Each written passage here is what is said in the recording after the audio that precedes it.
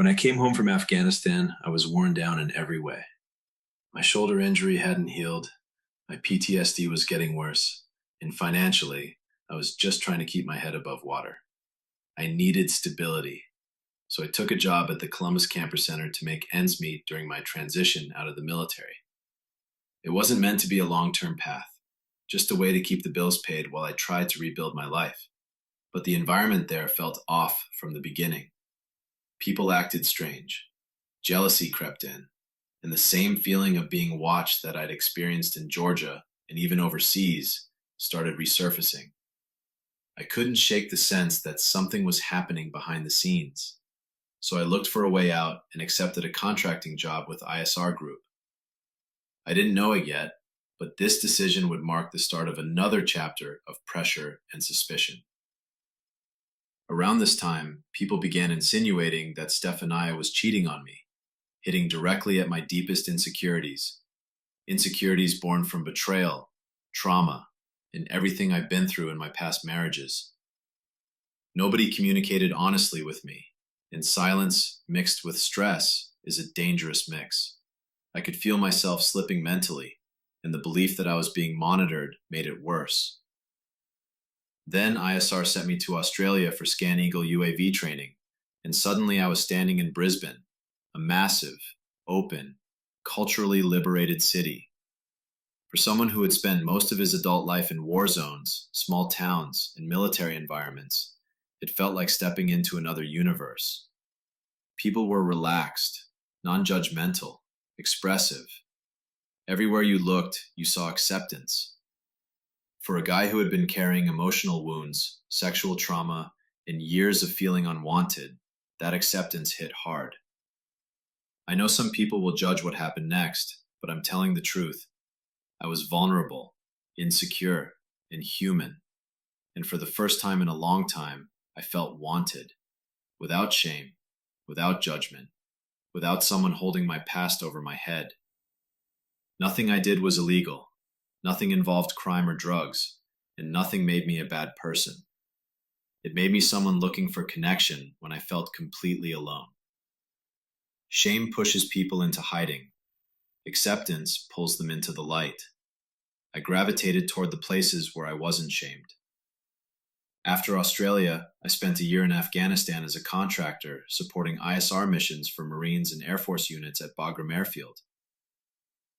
Compared to Iraq, it was a safe deployment, mostly base operations, a few mortar rounds, a few raids to monitor, nothing like the daily danger of leaving the wire in Ramadi.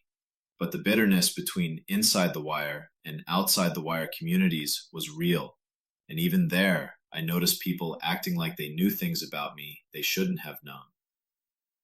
The feeling of being targeted was starting to follow me from state to state, country to country. The breaking point came when a young supervisor accidentally dislocated my shoulder during light combatives training. I didn't blame him, and I didn't report him, but the injury pushed me past my limit. I asked to go home because mentally I was already falling apart. I was exhausted, losing trust in people, and dealing with targeted harassment that I couldn't explain.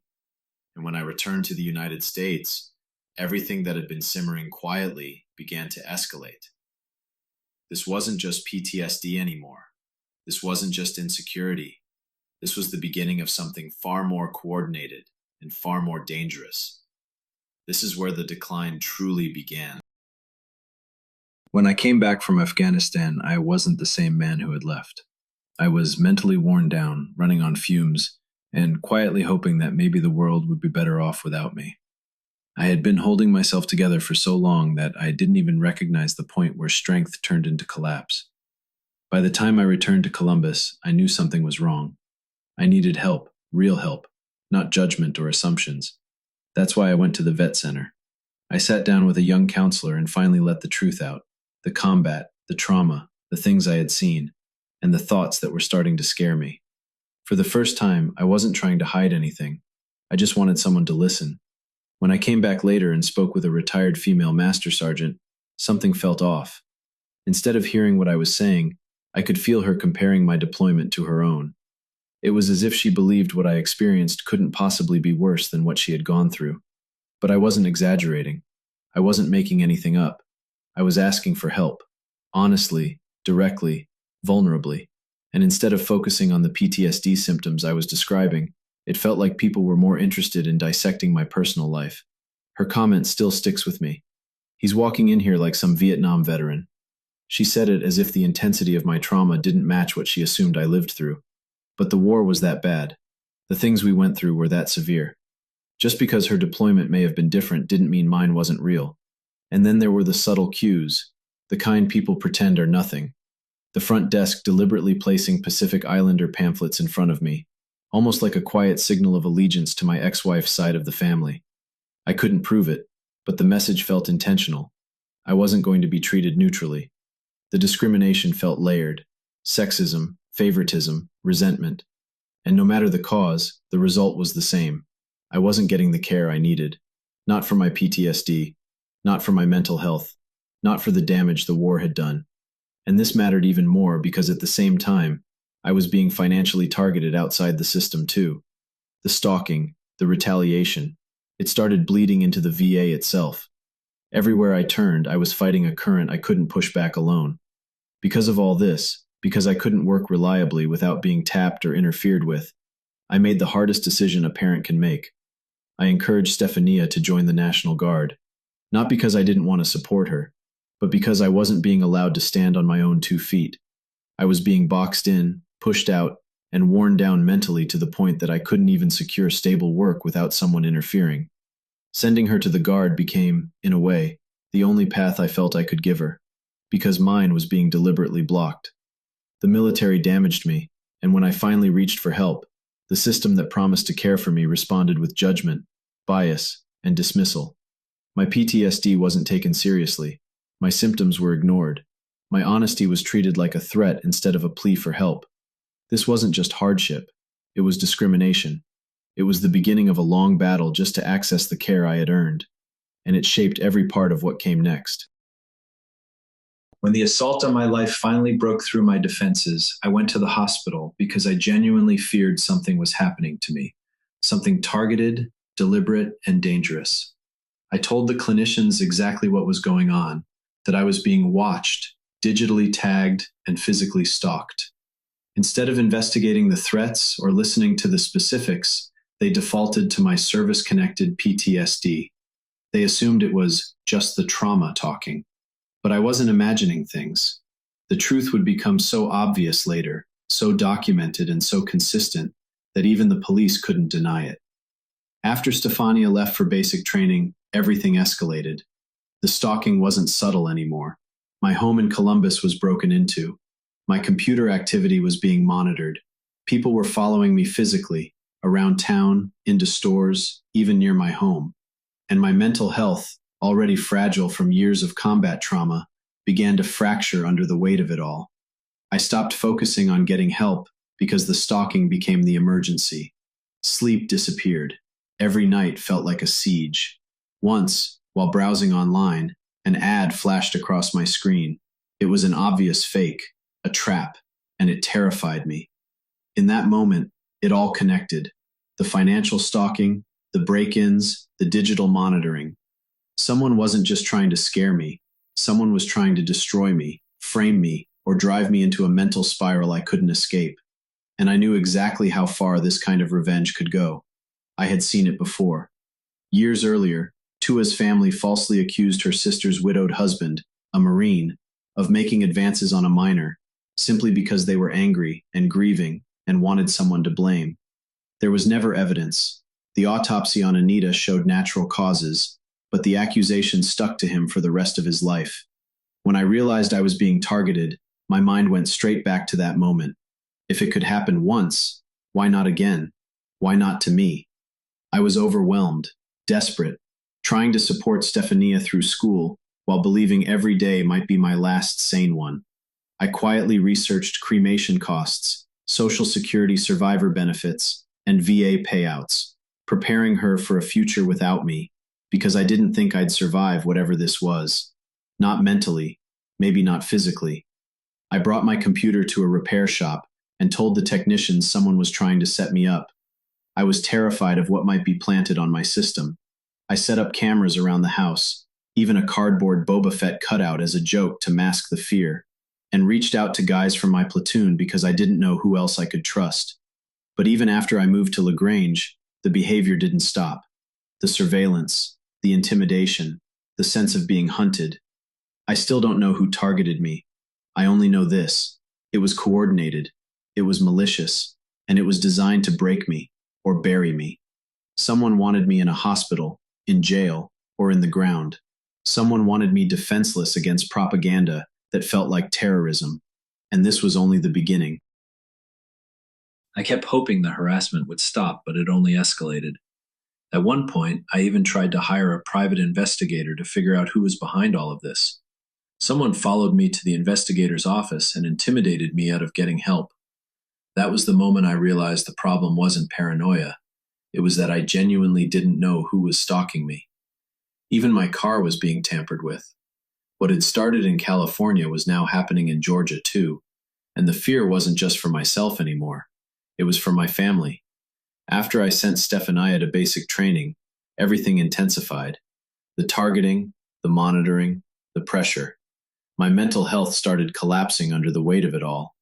I still had to care for my son Samuel, but I was breaking down inside. In desperation, I disassembled my laptop and destroyed the hard drive because I didn't know what these people were capable of. They had followed me across the country, interfered with job opportunities, and pushed me into a corner. I truly believe the only way to keep Stephania and Samuel financially safe was to prepare for the possibility that I might not survive whatever this was. I searched everywhere for help, even churches, hoping someone would step in and stop the stalking. But instead, people acted like they already knew what was happening. I lashed out trying to defend myself, but nothing worked. I started suspecting the people across the street, then others. Someone was doing this, but I couldn't figure out who. In panic, I reached out to Toa and asked her not to set me up, because that's how it felt, like someone was building a trap around me. I had never hurt anyone. I had cared for her kids like my own, but now I was alone, and it felt like someone was trying to twist every part of my life into something ugly. This period robbed me of the time I should have been enjoying with Samuel. The harassment didn't stop, not even as I did everything I could to raise my children. Eventually, the pressure, the fear, and the stalking drove me into a full mental breakdown while Stephania was away. Samuel saw the whole thing, and it broke my heart. I didn't understand why anyone would want to destroy our home. All my darkest suspicions suddenly felt real. Whoever was targeting me didn't care about the damage they were causing, even to a child. In desperation, I went somewhere I thought would be safe, a hospital. I was worried about Samuel and overwhelmed by everything happening around us. Even the people at Pastor Hunt's church in Phoenix City seemed aware of the situation. When they took Samuel, Radiana Hunt laughed and said, "God is working." It felt like the one safe place I had left had turned into another source of confusion and fear. The stalking, PTSD, and harassment had finally taken their toll. This is why I call it attempted murder. This was the point where hope was slipping away. The same people trying to break me were also trying to get Stephania to quit the National Guard, which would have destroyed us financially. I told her to stay. I would endure whatever came next. Even my Jeep wasn't safe. Someone vandalized it so I couldn't pump fuel, and I was sliding deeper into financial trouble. Under that kind of pressure, no one makes perfect choices. I traded the Jeep just to survive the moment. I was being financially stalked, professionally sabotaged, and harassed into desperation. I had no idea what lies were being spread to justify this cruelty. Over the following years, the harassment continued.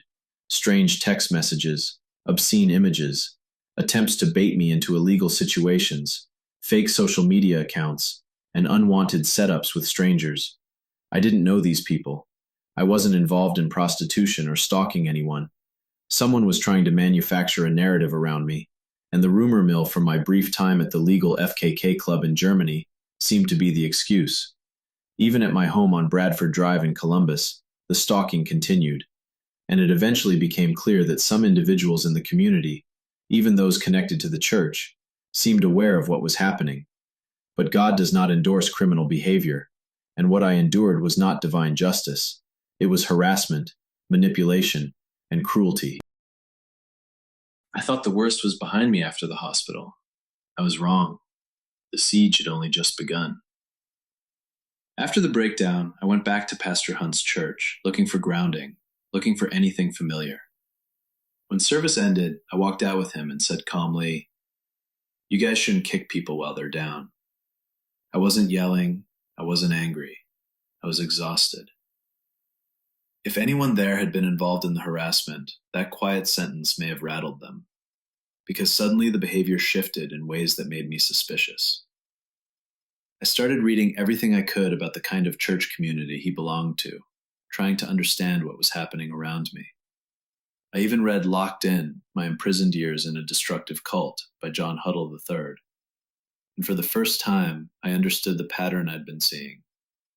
Churches that isolate husbands who don't conform, replace them, and rebuild families according to their doctrine. I wasn't attacking Christianity. I was trying to survive what was happening to me. And what was happening was real. Stalking, harassment, blocked employment, and intimidation. I thought maybe selling the house would give me a clean slate. It didn't. I sold it, and they followed me straight to my apartment near Flat Rock Park in Columbus.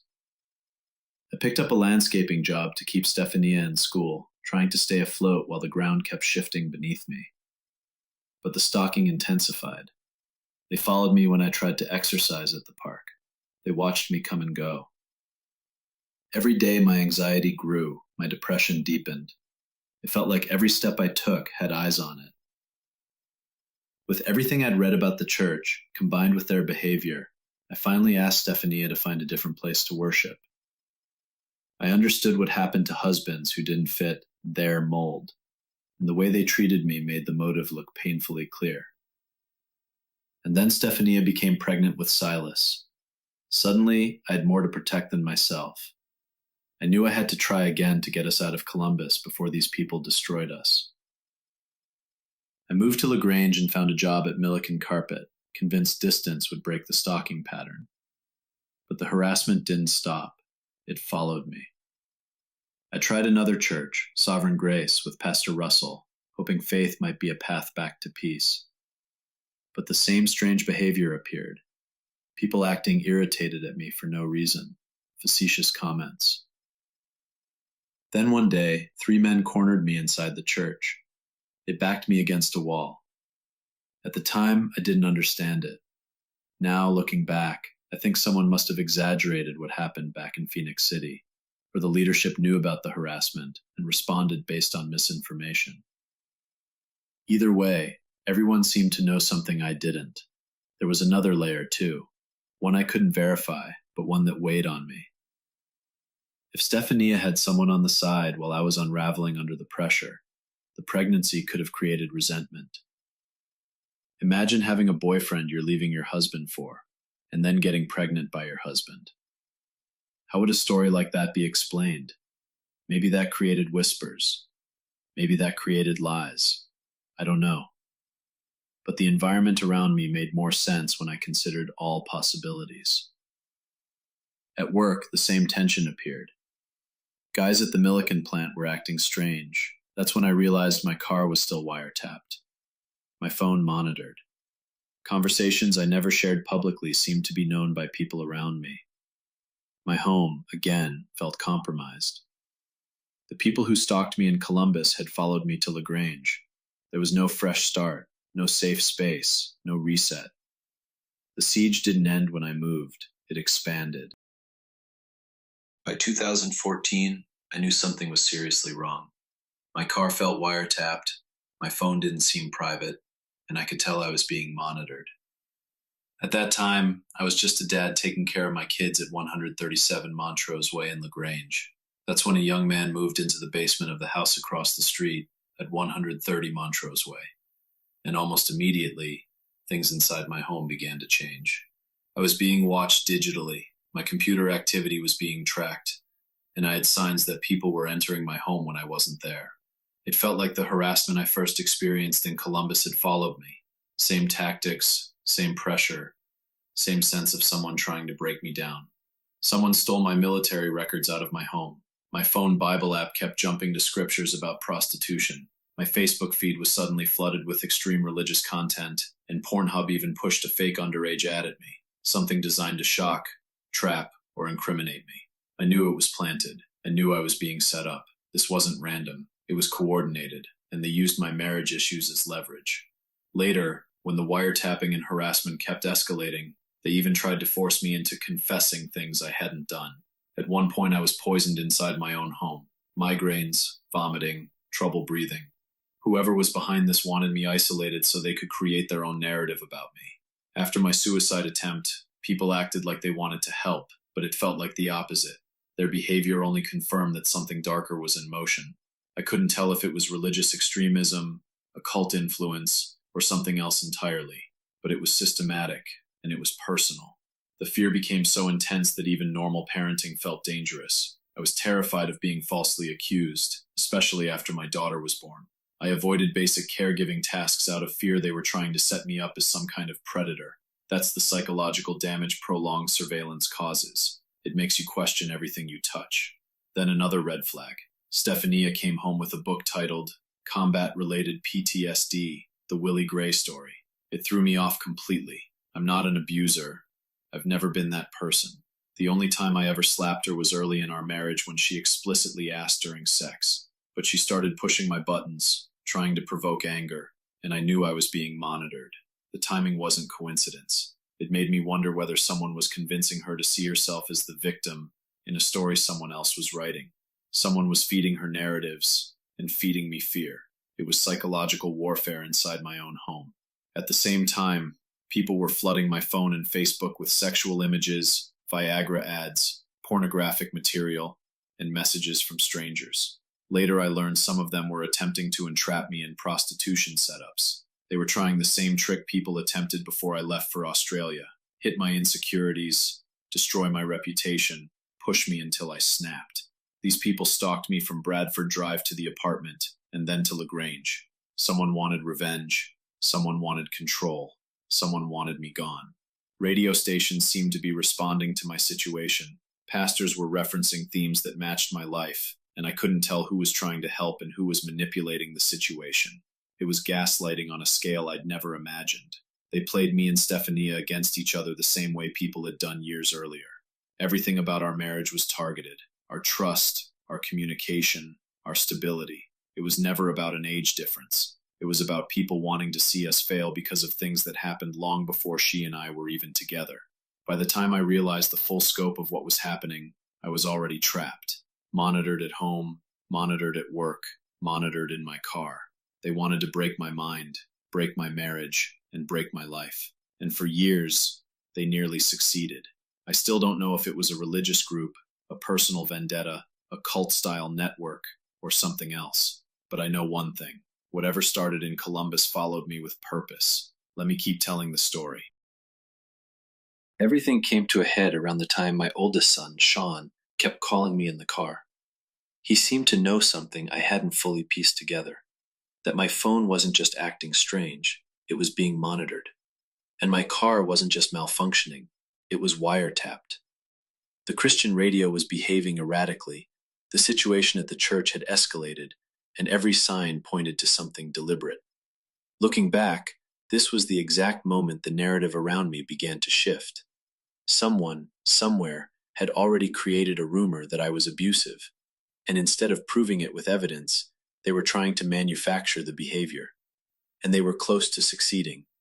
Not because I was that person, but because I was being digitally tracked, physically stalked, and wiretapped, pushed toward a breaking point.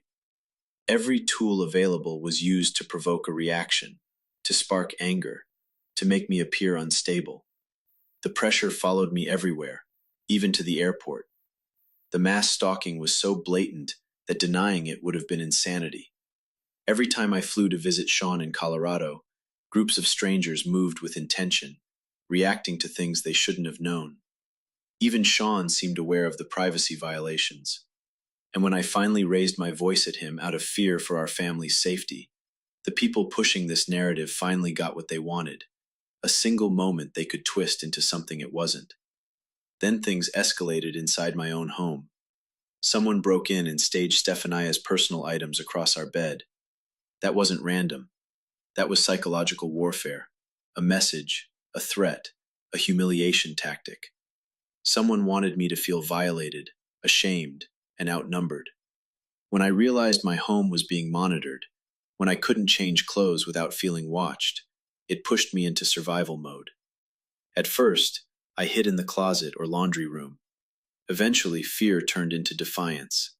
I walked around openly, thinking, if you're illegally watching me, then answer for it. My kids were never home during this, but the mental damage on me was already done. This was the beginning of the real decline. I went from an involved, present father to a man struggling to keep track of time. I even began missing Samuel's bus stop. And it wasn't just the stalking, it was the public awareness of it. Somehow, the local community seemed to know everything. My VA benefits, private information, even what I received in the mail. Someone had access to my devices and was feeding information to others. I was being punished for using benefits I earned over 20 years of sacrifice. Strangers stalked me asking for money. My GPS was intentionally diverted into impoverished neighborhoods, a twisted message that I shouldn't have what I'd earned. But the truth is this: VA compensation isn't welfare. We purchase those benefits with our bodies, our families, and our sanity. The harassment didn't stop. It escalated. Every single day, my mental health slipped further. Eventually, the weight of everything, the stalking, the monitoring, the rumors, the break-ins, the pressure on my kids, and the fear of being framed, became too much. I printed photos of my deployments because I wanted my children to remember who I was before all of this. Part of me thought, if I die, at least they'll be taken care of. But the deeper truth is this: it wasn't just PTSD, it was persecution. It was prolonged psychological assault. And in that moment of despair, I got a rope, believing that no one intended to let me live a normal life ever again. I wasn't wrong. It was the spring of 2015, a warm day, quiet, ordinary. But for me, it was the moment everything came crashing down.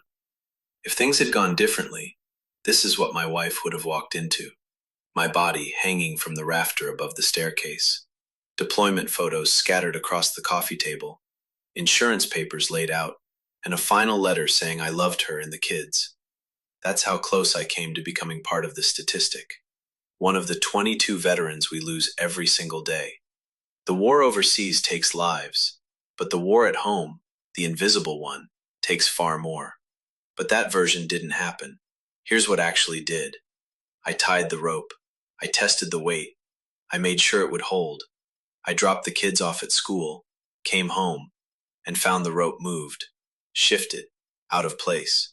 That small, unexplained moment stopped me long enough to break the spiral, and it saved my life. Because the truth is, I wasn't just battling PTSD.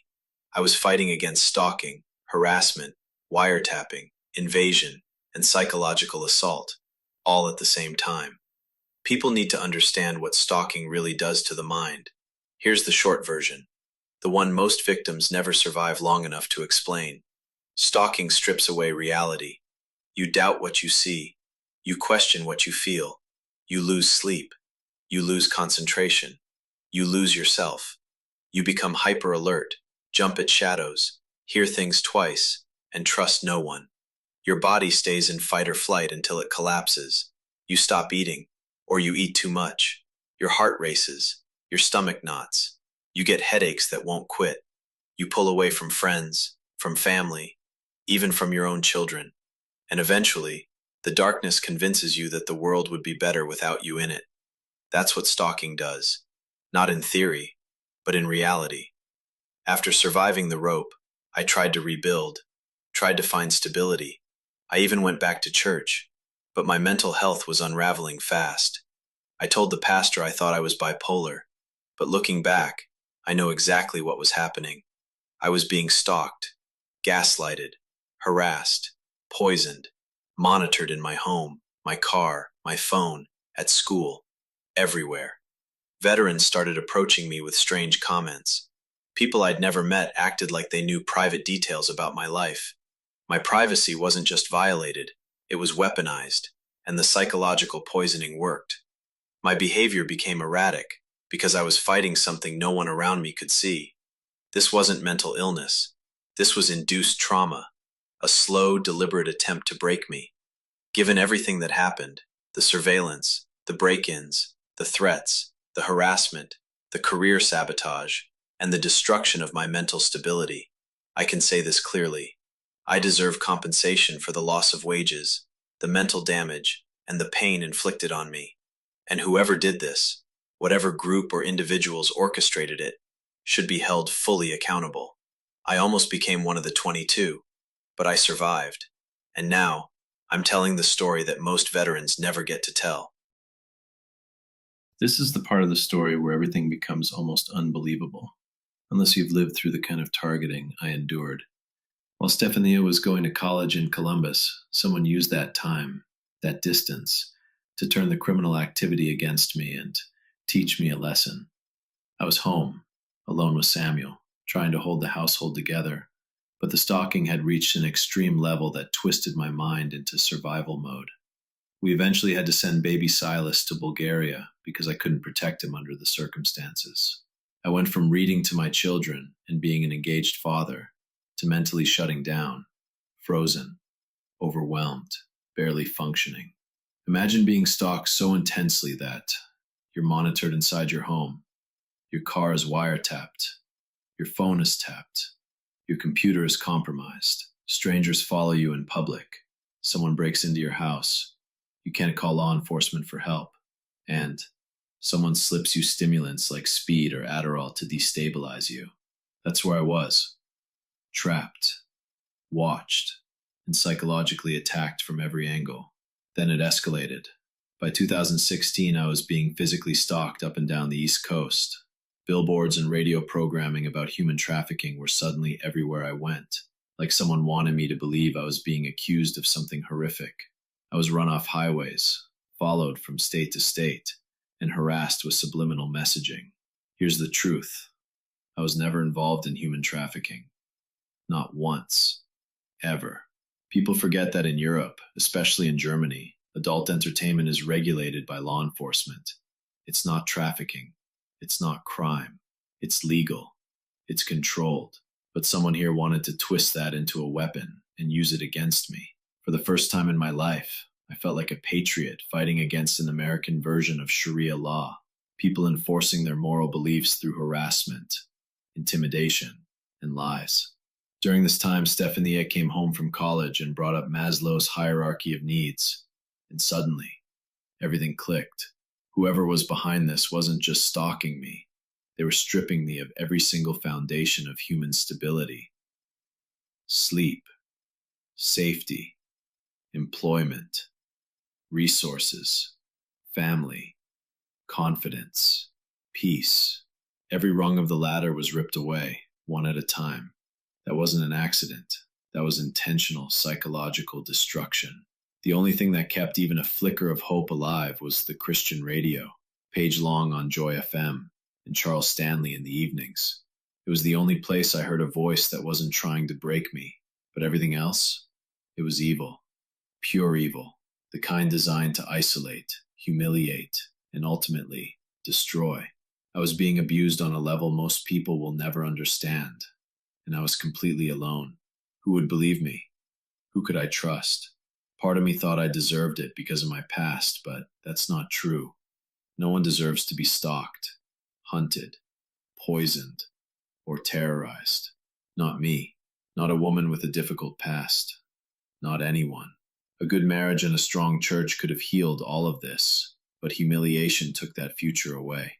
The stalking at this point was massive. It damaged my physical health, my mental health, my family, and my ability to function. I went to local police.